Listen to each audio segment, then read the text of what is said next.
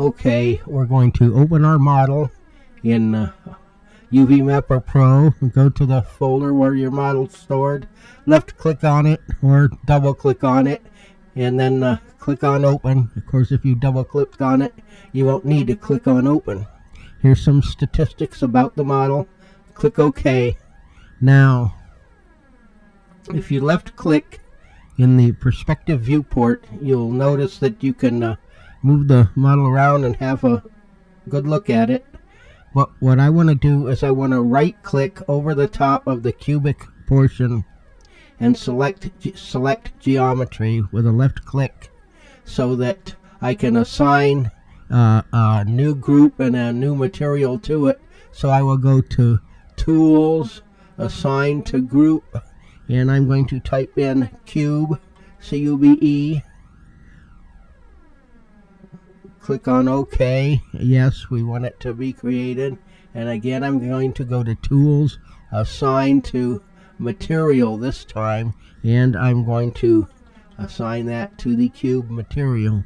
Click OK, and yes, now that is assigned to the cube material. By pressing the Enter key on the keyboard, the eye bolt portion of the model comes back, and I'm going to right click over it and select geometry again, and this time I'm going to go to Tools, Assign to Group.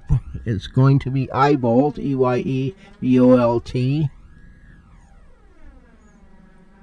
OK, and yes, and I'm going to go to Tools, Assign to Material, and do the same thing, eye bolt again.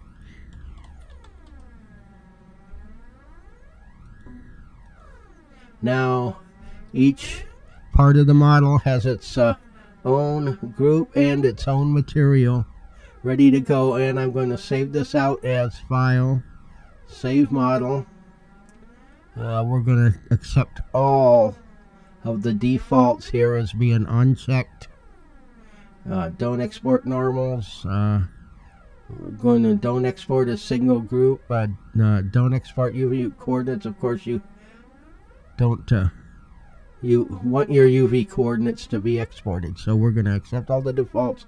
Click OK, and I'm going to call this iBolt1 UV to show that it has been through UV Mapper the first time, and I'm going to save it.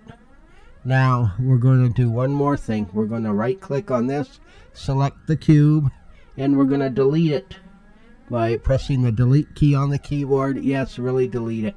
Now that leaves us with just the eye bolt. We're going to go to File, Save Model, leaving the same things, the default selections. We're going to go to OK, iBolt1 UV, and we're going to tag on to this iBolt only and save that. Now this last file saved is the one that we're going to be opening up in Carrara and straightening out. So that concludes this portion of the tutorial.